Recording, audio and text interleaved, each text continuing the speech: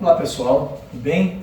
Vamos continuar nosso trabalho envolvendo o transformador e os seus desdobramentos, principalmente ligado às suas configurações especiais ou ligações especiais, tá? Depois dessa sequência importante, decisiva dos ensaios vazio e curto-circuito, do modelamento do circuito equivalente, T, L simplificado, que nos caminhou para essa análise em regime permanente da máquina, eu diria bastante completa, bastante abrangente, rendimento e regulação em várias perspectivas, chegou a hora das configurações especiais. Temos aqui uma ligação que é muito interessante mesmo, e que requer, digamos, uma abordagem bem peculiar sobre o comportamento dessa máquina, tá? O que é um autotransformador? Tá? Ele é originado de quem? Por que se configura um transformador convencional como autotrafo?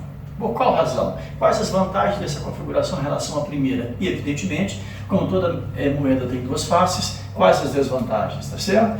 A primeira coisa a se colocar é o seguinte: há uma necessidade crescente de energia, de demanda de energia no mundo moderno, na sociedade moderna, tá? Ou seja, precisamos cada vez mais de energia, de potência disponibilizada no menor espaço possível, ocupando a menor área, com menor massa, etc. A ideia seria: é possível conseguir mais volt-ampere por quilograma de máquina? Mais ou menos isso. Tá? É possível conseguir mais volt-ampere por metro cúbico de máquina? Mais ou menos isso. Tá? Uma situação convencional, digamos, temos um trafo, né, na sua forma básica, elevador, abaixador, basicamente um transformador convencional, e quero chamar a atenção.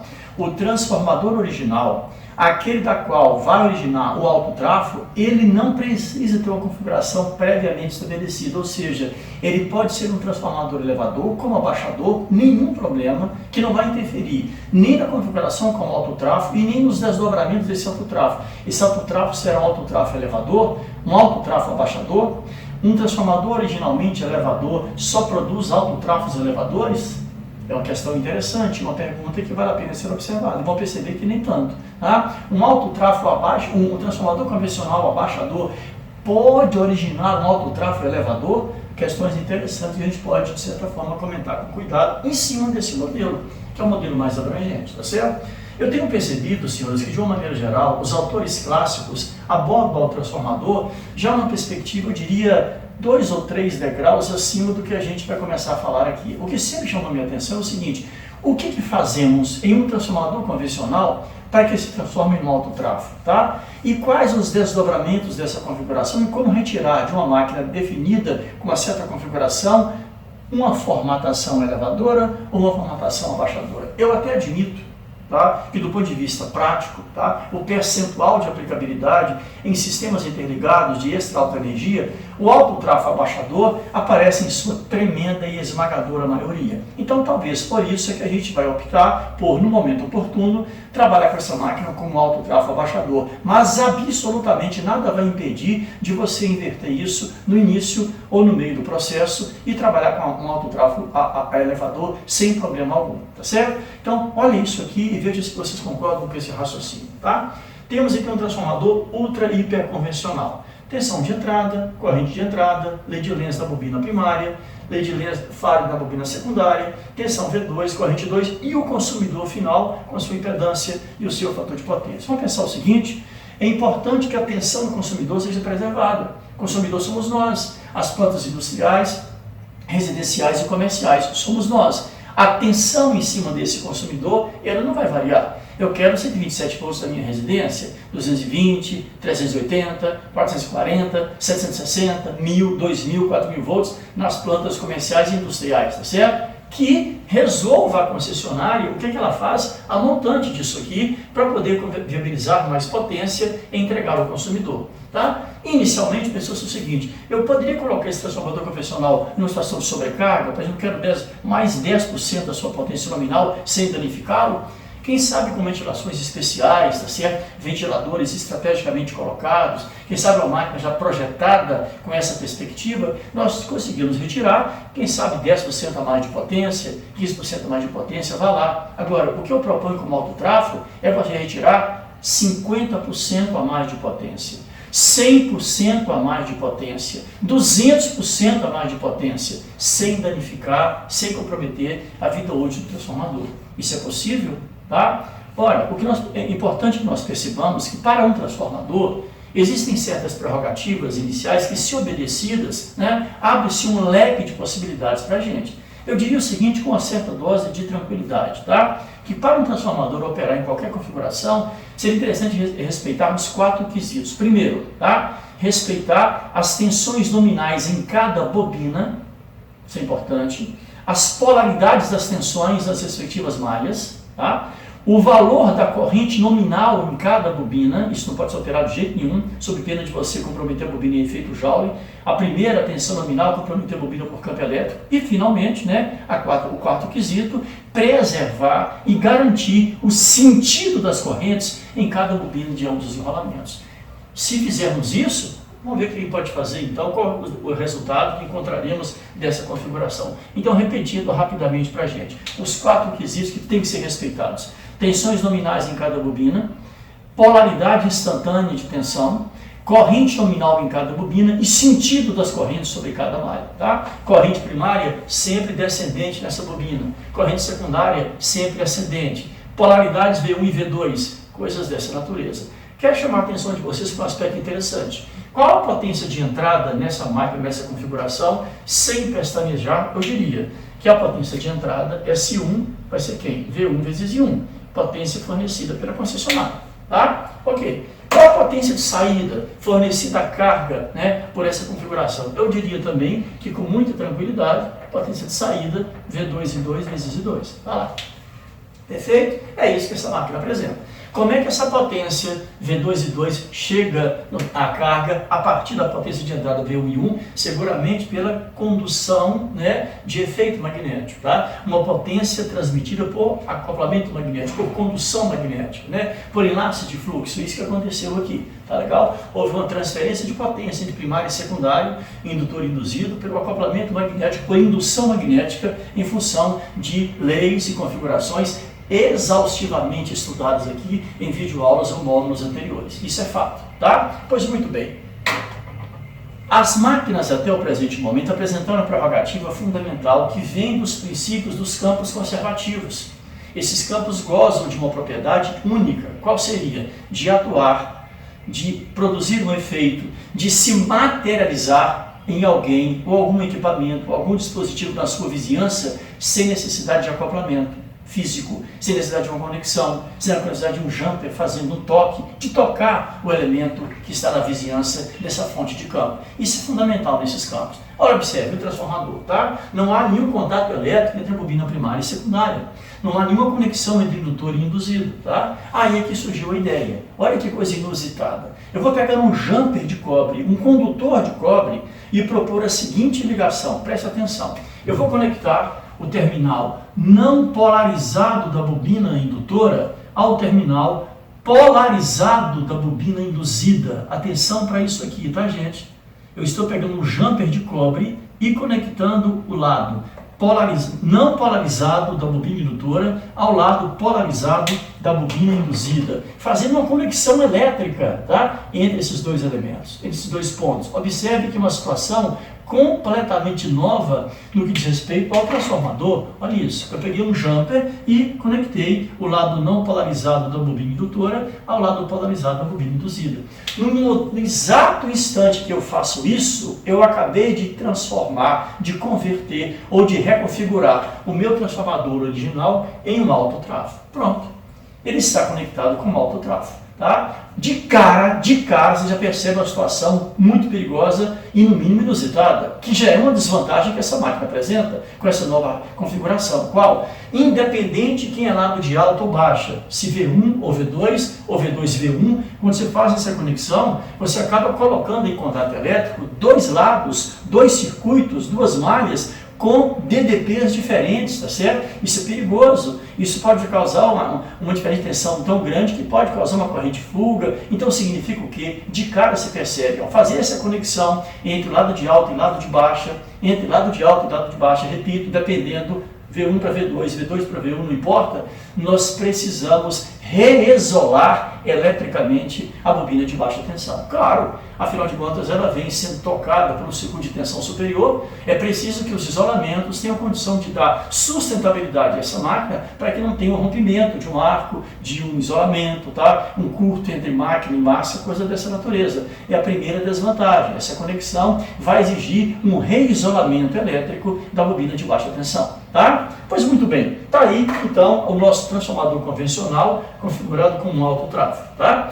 Como que a máquina original se comportava? Abaixadora ou elevadora? Quero deixar claro mais uma vez, isto é a priori totalmente irrelevante. Tá? Não interessa individualmente. Tanto é que eu trabalho sempre com vocês aqui com a máquina em aspectos genéricos para que não ficamos presos a casos especiais e transformemos casos especiais em regra. Eles são exceções e como exceções sempre foram tratadas aqui. Está lá, a máquina está configurada como alto tráfego. Perfeito? Eu disse há poucos minutos que respeitando a aplicabilidade, tá? Máquinas em sistemas interligados, sistema de extra alta energia, eu entendo e eu aceito que as máquinas, os transformadores, os autotráfegos, são, via de regra, mais configurados como autotransformadores. Isso é verdade, abaixadores. Então, o que eu vou fazer?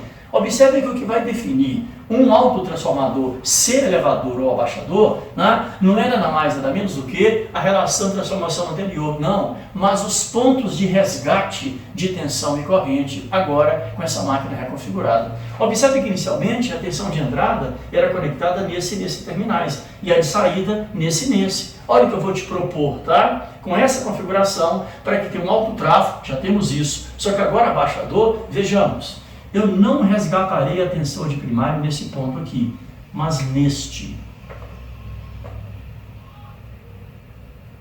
Tá? Olha que coisa interessante, eu quero deixar os valores das tensões com as suas polaridades iniciais, como tínhamos anteriormente. Agora, quando você bate o olho numa configuração como essa, você vê o que basicamente? Você vê com a energia a partir desses terminais, olha isso aqui, a corrente primária é 1, olha o que o jumper faz.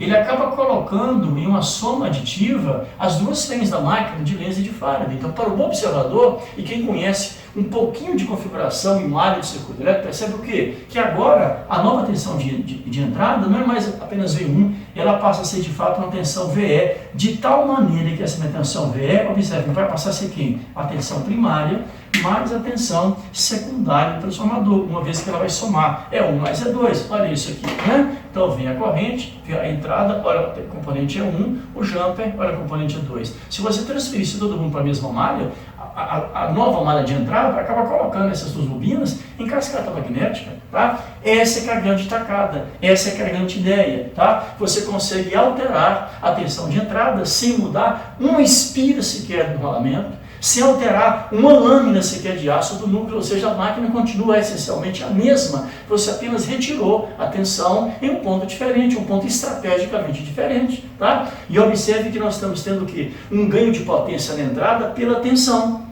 Aí fica a pergunta, e o que vai acontecer agora com a potência de saída entregue ao consumidor? O que nós dissemos antes? Tensões não podem ser alteradas, não alterei nenhuma delas. Tá? Muito menos polaridade instantânea. Correntes também não. Tá? Corrente tem que permanecer a mesma em cada bobina, respeitando os seus respectivos sentidos. Então olha que coisa interessante isso aqui. Qual vai ser a corrente de entrada nessa malha? Com certeza o I1. O que o I1 faz? Vem por aqui, ó, descendentemente da bobina primária. Olha o que o jumper faz. O jumper pega essa corrente 1 e leva para onde, gente? Para esse nó colocado na bobina de saída. Se na entrada eu vou ter Kirchhoff das malhas para as tensões, o que eu vou ter na saída?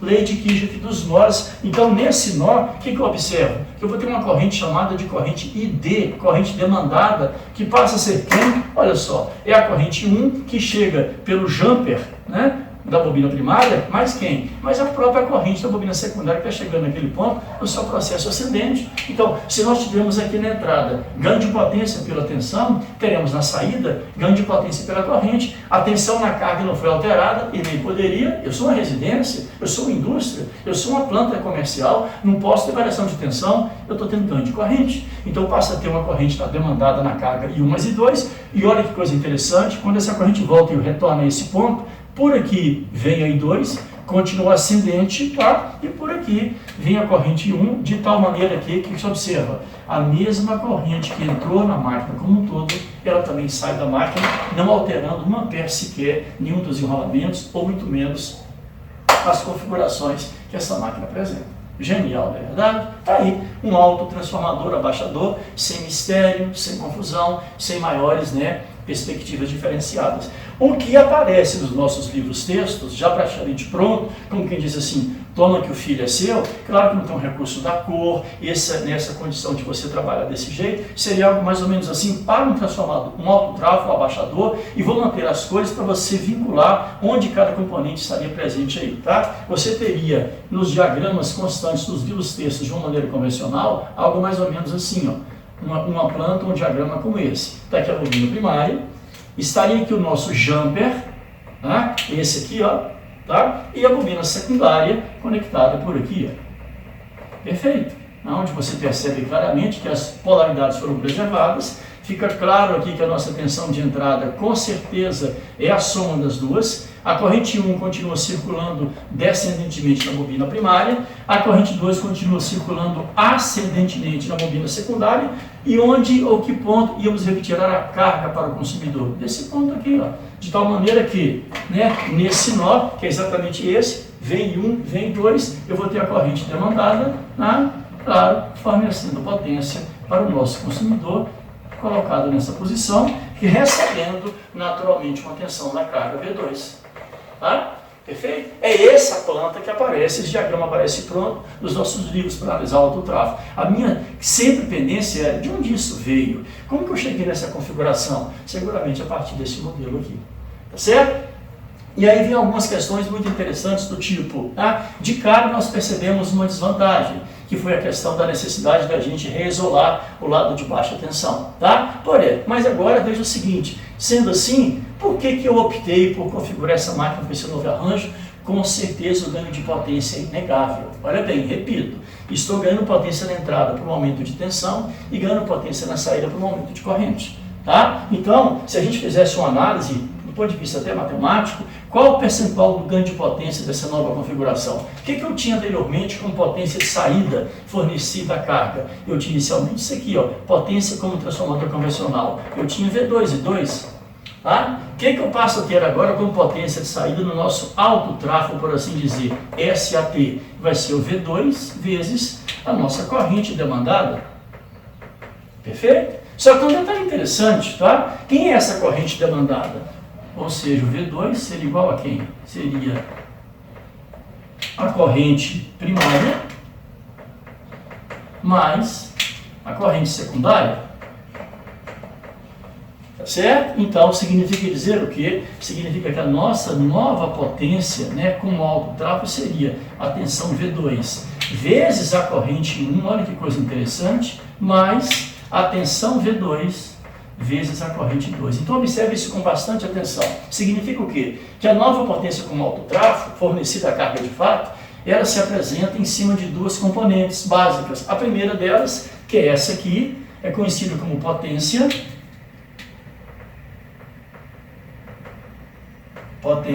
por condução elétrica,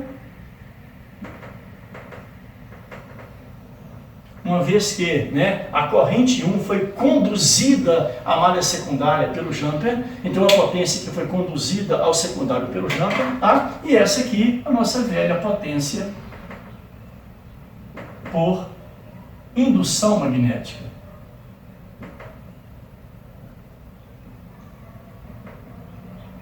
Perfeito? Isso aqui é importante a gente ter em mente. Quer dizer, se existe uma desvantagem com relação a você ter que reisolar a bobina de baixa tensão, isso é verdade, essa vantagem relativa ao ganho de potência ela é realmente inegável. E ainda fica a pergunta, quantos por cento a mais de potência eu vou ter nessa configuração em função desse arranjo? Eu acho que valeria a pena essa continha aqui, ó. Qual a relação entre a potência com autotrafo e a potência como um transformador convencional? Ora, potência com autotrafo, V2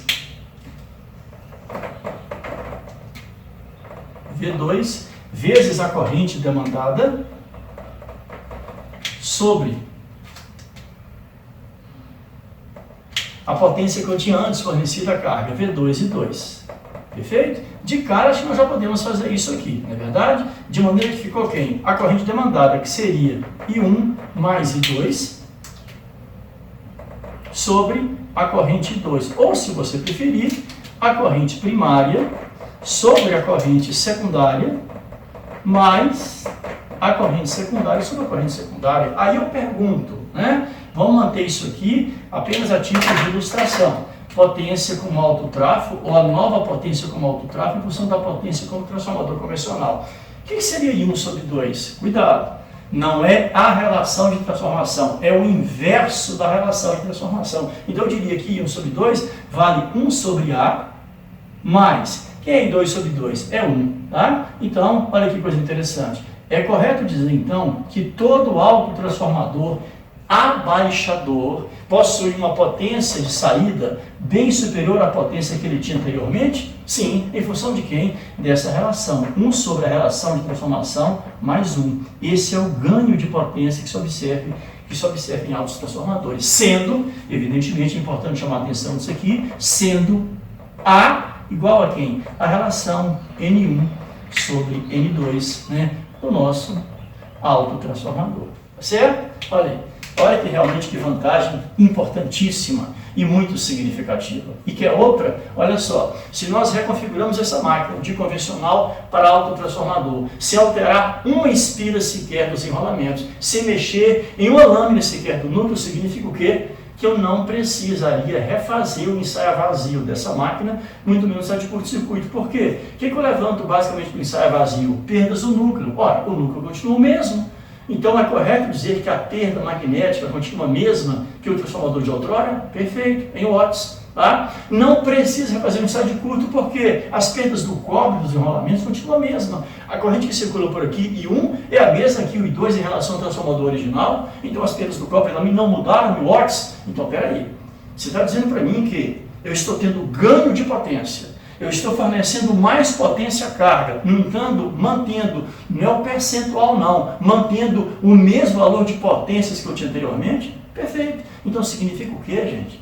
Se eu transfiro mais potência com o mesmo nível de perda em watts, eu tenho no alto tráfego um rendimento superior ao que eu teria se ele estivesse configurado como transformador convencional. É claro, eu estou mantendo o mesmo valor de perdas em watts e estou transferindo mais potência, eu estou tendo ganho. Então, todo alto tráfego apresenta um rendimento superior se você comparar com o rendimento do seu transformador convencional. É uma segunda vantagem muito importante. Que é outra, ora, se o núcleo continua o mesmo, não há mudança, significa o quê? A relutância nuclear está estabelecida e está constante, então eu terei o mesmo valor em amperes de corrente de estação que essa máquina apresentará com alto tráfego que ela apresentou como transformador convencional. Então preste atenção no que eu vou falar. Eu estou demandando mais potência, estou tendo ganho de potência com a mesma corrente de estação em ampere? Exato. Então significa o quê? Que todo autotransformador possui uma menor corrente de estação percentual. Quando você compara que você está com o mesmo valor em ampere que eu tinha antes e agora transferindo mais potência. 3 vantagens de cara: ganho de potência, maior rendimento e menor corrente de estação em termos percentuais. Quer uma quarta vantagem? Ora, se eu tenho a mesma configuração de planta, mesmos enrolamentos, mesmas espiras, com a mesma corrente passando, que eu tinha anteriormente, a mesma corrente que passa na bobina primária e secundária é a corrente de outrora, significa o quê? Que eu terei a mesma queda de tensão em volts nessa bobina e nessa aqui em relação ao transformador original. Então eu tenho a mesma regulação em volts que eu tinha em relação ao transformador original, como configurado como alto tráfego? Exatamente. Então a mesma conversa que eu tive para a corrente de estação. Se eu estou tendo a mesma queda de tensão em volts do alto tráfego que eu tinha como tráfego original, significa o quê? Que todo autotransformador possui uma menor regulação percentual. Claro, olha bem, eu aumentei a potência, drenando uma maior tensão de entrada na máquina, mas continuo com o mesmo valor de tensão em volts aqui e aqui, eu tenho então uma regulação percentualmente menor. Perfeito? Agora, nem tudo são flores, tá? Por quê? Porque, na verdade, já tive uma desvantagem, é a necessidade de você ter que reisolar o lado de baixo. E uma segunda desvantagem que é clara, é óbvia, isso vem até da teoria de circuitos elétricos e transferência de potência. Se eu estou aumentando a potência transferida da máquina e mantendo a mesma configuração do circuito, o mesmo ganho que eu tive em termos de potência, eu também terei em termos de corrente de curto-circuito. Isso tem que ser olhado com bastante rigor, sabe por quê? Às vezes você ganha em potência, mas ganha a mesma coisa em corrente de curto-circuito, proteções mais caras, mais dispendiosas, e dependendo, você pode colocar até a situação tanto quanto perigosa se essa máquina sofrer algum dano, alguma falta, algum transitório, uma descarga, coisa dessa natureza. É exatamente por causa dessa desvantagem é que eu vou dizer uma coisa importante aqui, tá? Porque se você pensar inicialmente, ó, que maravilha, então todo transformador deveria ser um autotrafo. Ora, e a corrente curta? Ela cresce vertiginosamente com o ganho de potência. Então, o que você observou na prática? Muito importante para fecharmos com chave de ouro essa conversa aqui, muito importante, tá? Um transformador convencional só se justifica eletricamente, magneticamente, economicamente, sob todos os aspectos, mas principalmente por uma questão de segurança, só se justifica configurar um transformador convencional como autotrafo se e somente se isso aqui acontecer. Ó. Quem é a nossa relação de transformação? Então vou colocar em vermelho até para chamar a sua atenção. Só se justifica sobre todos os aspectos econômicos, elétricos, magnéticos, práticos e principalmente aspectos de segurança operacional, pegar uma máquina convencional e configurá-la como autotrafo, seja abaixador ou elevador, se e somente se a relação de transformação estiver contida dentro desse intervalo. Por quê? Não se esqueçam, não vá com muita sede ao pote. O que você ganha em termos de potência, também você vai ganhar em termos de corrente de curto-circuito, tá certo? E pode-se provar, senhores, com a matemática tranquila, em cima do conceito de regulação e do próprio conceito de corrente de curto, que se você ganhou potência na relação de 1 sobre A mais 1, o ganho, entre aspas, na corrente de curto-circuito vai caminhar na mesmíssima direção. Ok? Então, desvantagem do autotrafo. Necessidade de reisolamento na bobina de baixa tensão e um aumento significativo, muito importante, na corrente de curto-circuito. Vantagens com o autotrafo. Ganho de potência, eu tenho realmente mais volt-ampere por quilograma de máquina, maior rendimento se comparado à performance dele com a sua configuração original, uma menor corrente de excitação percentual e uma menor regulação em termos percentuais, sempre aquela se comparada com a máquina original que, uma vez configurada como autotrafo, originou esse circuito aqui. Perfeito? Tomara que tenham gostado dessa nossa conversa. É uma maneira que eu diria sui generis de apresentar esse conceito, principalmente para não ficar muito refém desse diagrama já pronto, já desenvolvido nos livros textos. De onde ele veio? O que levou a isso? Por que você reconfigurou? Quais os cuidados a serem realizados? Então está aqui. Perfeito? Ok? Um abraço, até a próxima oportunidade. Saúde e paz.